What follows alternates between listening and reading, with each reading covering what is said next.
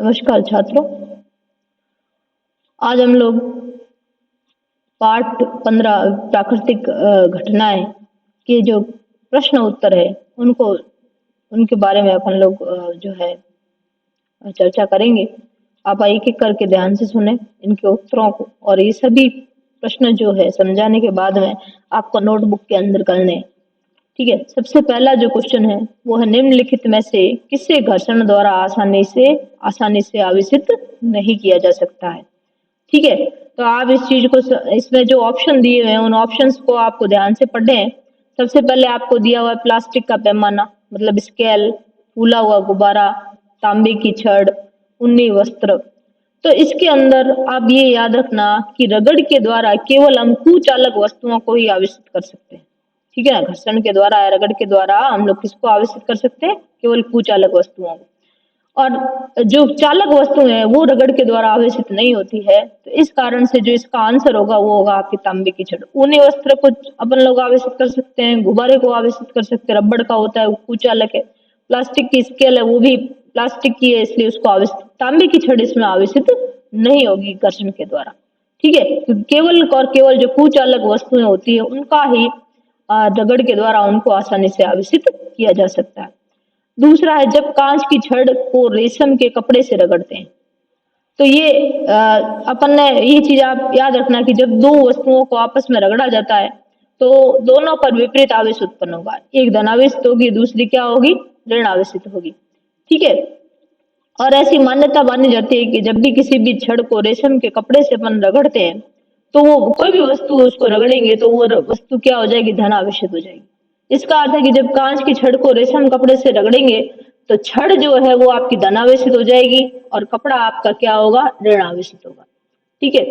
इसके बाद में आप देखिए, आपको सत्य और असत्य बताने हैं।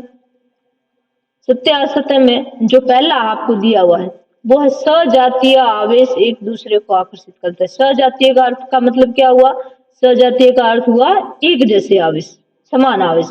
लेकिन हम जानते हैं कि जब भी समान आवेश एक दूसरे के समीप आएंगे तो वो क्या हो जाएंगे? प्रतिकर्षित हो जाएंगे।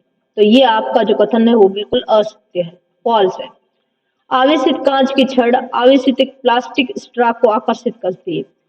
अगर दोनों ही आवेशित है, समान आवेशित है, एक जैसी आवेशित है, तो वो एक दूसरे को आकर्षित नहीं करेगी, वो एक दूसरे को क्या करेगी? प्रतिकर्षित करेगी। ठीक है। तो ये भी आपका क्या होगा? फॉल्स होगा। तड़ित चालक किसी भवन की तड़ित से सुरक्षा नहीं कर सकते। ये भी गलत है क्योंकि तड़ित चालक का उपयोग ही भवन की सुरक्षा के लिए है। ठीक है। भूकंप की भविष्यवाणी की जा सकती है, हम भूकंप की कभी भविष्यवाणी नहीं कर सकते हैं। ठीक है। तो ये भी क्या हो गया? आपका गलत हो गया। स्वेटर उतारते समय, सर्दियों में स्वेटर उतारते समय चट चट की ध्वनि सुनाई देती है, इसकी व्याख्या कीजिए। तो चट चट की ध्वनि उत्पन्न होने का कारण क्या होता है? आवेश। ठीक है। क्योंकि जब स्वेटर को पहना जाता है तो ऊनी जो कपड़ा है उससे हमारा शरीर जब रगड़ होती है तो दोनों के अंदर विपरीत आवेश उत्पन्न हो जाते हैं। ठीक है। और उसी के कारण क्या होती है? चिंगारियां और चट चट की आवाज है उसके अंदर उत्पन्न होती है। तो इसका कारण है आवेश उत्पन्न होना। जब हम किसी वस्तु को हाथ से छू लेते हैं तो वह अपना आवेश खो देती है। तो आवेश खोने का कारण क्या है? कि उस वस्तु से जो आवेश है वो हमारे हाथ में स्थानांतरित हो जाता है, इसलिए वो वस्तु अपना आवेश खो देती है। कारण क्या है? आवेश का स्थानांतरण। हाथ उस वस्तु से हाथ में वस्तु के आवेशों के स्थानांतरण के कारण वो वस्तु अपना आवेश खो देती है। अगला है, उस पैमाने का नाम लिखिए जिस पर भूकंपों की विनाशी ऊर्जा मापी जाती है। आपको पैमाने का नाम लिखना है तो उस पैमाने का नाम है रिएक्टर पैमाना। हमेशा याद रखना, भूकंप की विनाशिता, उसकी जो तीव्रता है उसका मापन हम लोग किसके द्वारा करते हैं? रिएक्टर पैमाने पर। ठीक है। इस पैमाने पर किसी भूकंप की माप 3 है। क्या ऐसे भूकंप लिपि? इसके एक इंग्लिश नाम आप याद रखना, जो भूकंप लिखी है इसको सिस्मोग्राफ बोलते हैं। क्या बोलते हैं? सिस्मोग्राफ। पर बिल्कुल इसको, ये अगर ये 3 माप का है तो इसको रिकॉर्ड किया जा सकेगा, लेकिन इससे अधिक हानि नहीं होगी। हानि अधिक क्यों नहीं होगी? क्योंकि जो ज्यादातर जो तीव्र भूकंप होते हैं उनकी तीव्रता 7 या 7 से क्या होती है? ज्यादा होती है। तो 3 रिएक्टर पैमाने का जो भूकंप होगा वो सामान्य होगा, उससे ज्यादा हानि नहीं होगी। इसके बाद तड़ित से अपने सुरक्षा के 3 उपाय बताइए। तो बिजली से हम लोग क्या क्या सुरक्षा के उपाय कर सकते हैं? तो इसके अंदर यही उपाय लिखने हैं कि अगर अपन लोग घर के बाहर है, किसी गाड़ी के अंदर बैठे हैं तो गाड़ी के अंदर ही बैठे रहें, बाहर ना निकले, ठीक है। और अगर कहीं बाहर गए हैं तो किसी भवन के अंदर चले जाएं, खुले में अपन को नहीं बैठना है। और अगर कहीं पर बिल्डिंग वगैरह नहीं है तो किसी छोटे पेड़ के नीचे जाके बैठे। और अगर हम घर के अंदर है तो क्या सुरक्षा कर सकते हैं कि जितने भी हमारे बिजली के जो उपकरण वगैरह है उनको आप सॉकेट से क्या कर दें, बाहर निकाल दें, ठीक है। और घरों के अंदर हम लोग जो ऊपर है वो तड़ित चालकों का उपयोग करें। तो इस प्रकार से अपन लोग इसके अंदर विभिन्न जो आप उपाय है वो बता सकते हैं। आवेशित गुब्बारा दूसरे आवेशित गुब्बारे को प्रतिकर्षित करता है, जबकि अनावेशित गुब्बारा आवेशित गुब्बारे द्वारा आकर्षित किया जा सकता है, ठीक है। तो इसका आंसर आपको क्या लिखना है, एक सेकंड, इसमें अपन को क्या लिखना है कि अगर दोनों ही सजातीय आवेश हैं तो वो एक दूसरे को प्रतिकर्षित करेंगे, जबकि अनावेशित, ये एक इंपॉर्टेंट चीज है, इसको थोड़ा सा आप लोग समझना है कि अनावेशित गुब्बारा आवेशित गुब्बारे द्वारा आकर्षित किया जाए। इसका रीजन क्या है कि जब आप एक धन आवेश या ऋण आवेश कुछ भी है, एक आवेश है, उसके पास में अगर आप एक निरावेशित वस्तु ले जाते हैं, मतलब जिसके ऊपर कोई आवेश नहीं है, तो ये धन आवेश क्या करता है कि इस अनावेशित वस्तु के ऊपर विपरीत आवेश को प्रेरित करेगा बनने में। इस चीज को आप ध्यान रखना, ये थोड़ा सा अलग चीज है।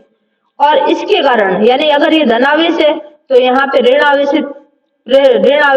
प्रेरित हो जाएगा, और अगर ये ऋण आवेशित वस्तु है तो यहाँ पर धनावेश प्रेरित हो जाएगा, और दोनों विपरीत आवेश होंगे तो वो एक दूसरे को क्या करेंगे, आकर्षित करेंगे। तो ये चीज आपको इसमें लिखनी है कि धन आवेशित, उस आवेशित गुब्बारे के कारण उस अनावेशित गुब्बारे में विपरीत आवेश का प्रेरण हो जाता है, ठीक है, और जिस कारण से वो उसको आकर्षित करती है। चित्र की सहायता से किसी ऐसे उपकरण का वर्णन कीजिए जिसकी उपयोग किसी आवेशित वस्तु की पहचान में होता है। तो इसके अंदर आपको जो सरल विद्युतदर्शी बताई हुई है उसका आपको चित्र बनाना है, ठीक है। भारत के उन 3 प्रदेशों की सूची बनाइए जहां भूकंपों के झटके अधिक संभावित है। तो इसमें आप लोग नाम जो है राजस्थान का लिख सकते हैं, कच्छ भुज जो गुजरात का क्षेत्र है उसका नाम लिख सकते हैं, कश्मीर का कुछ क्षेत्र है उसके नाम लिख सकते हैं, ठीक है। ये आपको दिए हुए हैं किताब के अंदर। मान लीजिए आप घर से बाहर है तथा भूकंप के झटके लग रहे हैं, तो आप अपने बचाव के लिए क्या सावधानियां बरतेंगे। तो इसमें आपको ये लिखना है कि अगर हम किसी गाड़ी या कार में बैठे हैं तो हम लोग उससे बाहर नहीं निकलेंगे, और जो भी ड्राइवर है या उसको हम ही ड्राइव कर रहे हैं तो उसको धीरे धीरे गाड़ी को किसी एक ऐसे सुरक्षित स्थान पर लेके जाएंगे जहां पर बिल्कुल खुले स्थान पर आपको लेके जाएंगे, ठीक है। अगर घर के बाहर है तो हम लोग स्वयं ही किसी ऐसे खुले स्थान पर चले जाएंगे जहां पर कोई बड़ी बिल्डिंग वगैरह नहीं हो, जो गिरने की संभावना हो, या बड़े पेड़ नहीं हो, खुले स्थान पर अपन को जाना है और अपना बचाव करना। मौसम विभाग यह भविष्यवाणी करता है कि किसी त्वरित झंझा की संभावना है, और मान लीजिए उस दिन आपको बाहर जाना है तो क्या आप छतरी लेकर जाएंगे? नहीं, हम छतरी लेकर उस दिन बाहर नहीं जाएंगे, क्योंकि अगर हम छतरी लेके गए तो उस आवेश का जो बिजली का जो स्थानांतरण है वो तड़ित का जो स्थानांतरण है वो उस बिजली से होते हुए हमारे शरीर में हो जाएगा और हम लोग एक बड़ी दुर्घटना के शिकार हो जाएंगे।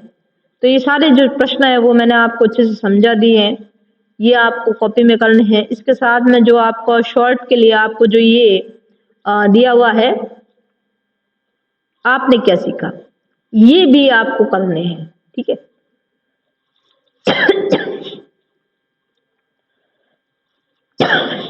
ये आपको कंप्लीट करने हैं, और कल सारे बच्चे इसको नोटबुक में लिख के मेरे को मेरे व्हाट्सएप नंबर पे भेजेंगे, ठीक है। ओके।